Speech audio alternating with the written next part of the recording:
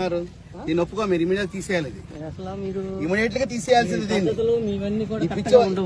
ఈ తెల్లబట్టలు ఎవరు ధరిస్తారు? తెల్లబట్టలు ఎవరు ధరిస్తారు? ఎవరు ధరిస్తారు? వాళ్ళు ఇంక మొహాన్ని బొట్టన పెట్టినారు. మన దాదీలు కొంతమంది అది కూడా పెట్టుకోవట్లేదు.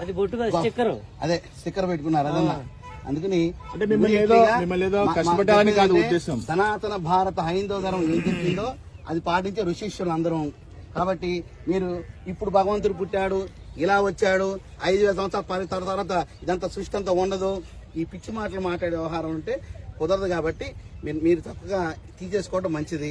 శివలింగం పెట్టారు, స్వామిని పక్క పెట్టుకోండి, డబ్బులు వసూలు చేసుకుంటే చేసుకోండి, మాకు అభ్యంతరం లేదు. ఎంత డబ్బు కన్నా వసూలు చేసుకోండి. కానీ ఇక్కడ పిచ్చి స్టోరీలు చెప్పి పిచ్చి వ్యవహారం నడిపితే మాత్రం ఖచ్చితంగా ఒప్పుకోమమ్మా.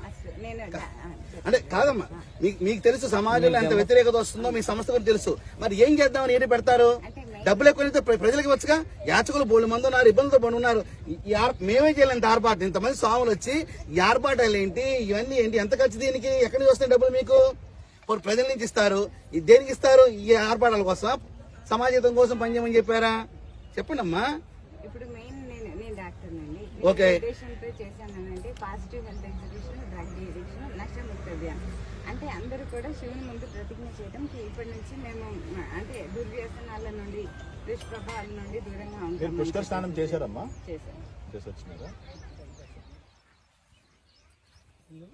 మీరు మాత్రం దయచేసి మేము వాళ్ళు ఇక్కడ ఉంటారు, ఏ మాత్రం గనక దేవుడి గురించి చెప్పుకోండి, శివుడి గురించి చెప్పుకోండి, నారాయణ గురించి చెప్పుకోండి, ఋషి సాంప్రదాయం చెప్పుకోండి. కానీ మీ యొక్క దాడ్యం తీసుకొచ్చి ప్రజల మీద రుద్దితే మాత్రం ఇది కొత్త క్రిస్టియన్ మతంలో కొత్త మతంలో తయారైంది. మీది ఇది క్రిస్టియన్ మతంలో కొత్త మతంలో తయారైంది. ఇది కరెక్ట్ కాదు కదా. మీరు ఇది చేస్తారు, కన్ఫ్యూజ్ చేస్తున్నారు వ్యవస్థని.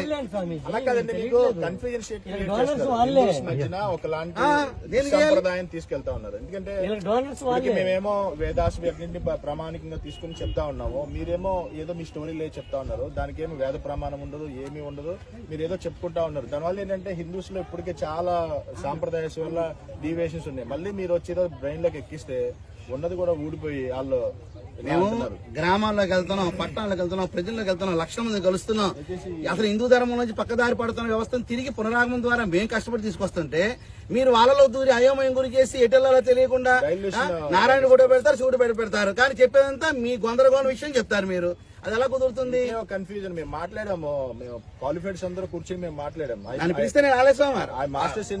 నన్ను పిలిస్తే ప్లేట్ టికెట్ పంపించాను, చించి అవతల పారేసి నేను రాలేదండి అక్కడ కార్యక్రమానికి. కొంతమంది వచ్చారు, మాస్టర్స్ చదువుకున్నాం. మీరు చాలా